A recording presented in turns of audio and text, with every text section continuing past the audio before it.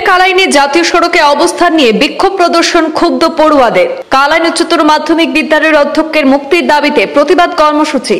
আন্দোলন চলাকালীন সময় রাজপথে অসুস্থ হয়ে পড়েন ছাত্রছাত্রীরা। ছাত্রছাত্রীদের একটাই দাবি, অবিলম্বে অধ্যক্ষ সিরাজুল আম্বিয়ার মুক্তির ব্যবস্থা করতে হবে। সহকারী এক শিক্ষিকার মামলার ভিত্তিতে আটক করা হয়েছিল অধ্যক্ষ সিরাজুল আম্বিয়াকে। গত বুধবার অধ্যক্ষ সিরাজুল আম্বিয়াকে কাছাড়ের কালাইন পুলিশ আটক করে বিচার বিভাগীয় প্রক্রিয়ায় পাঠায়।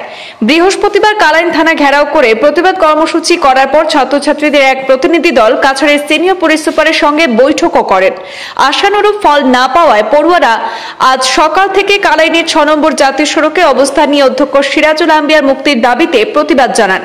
অধ্যক্ষ সিরাজুল আম্বিয়ার নির্দোষ এবং তার মুক্তি চান বলে শিক্ষার্থীরা রাজপথে শান্তিপূর্ণভাবে প্রতিবাদ জানায়। এদিকে অনেক ছাত্রছাত্রী প্রতিবাদের সময় অসুস্থ হয়ে পড়ে তাদের কালাইনি সরকারি হাসপাতালে ভর্তি করা হয়।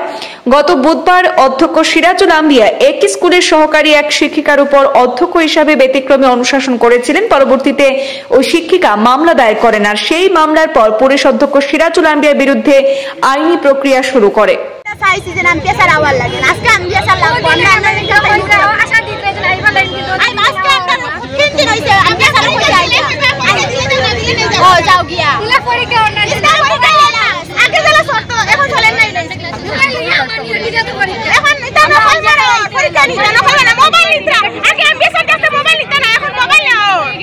মানে দাবিটি কি?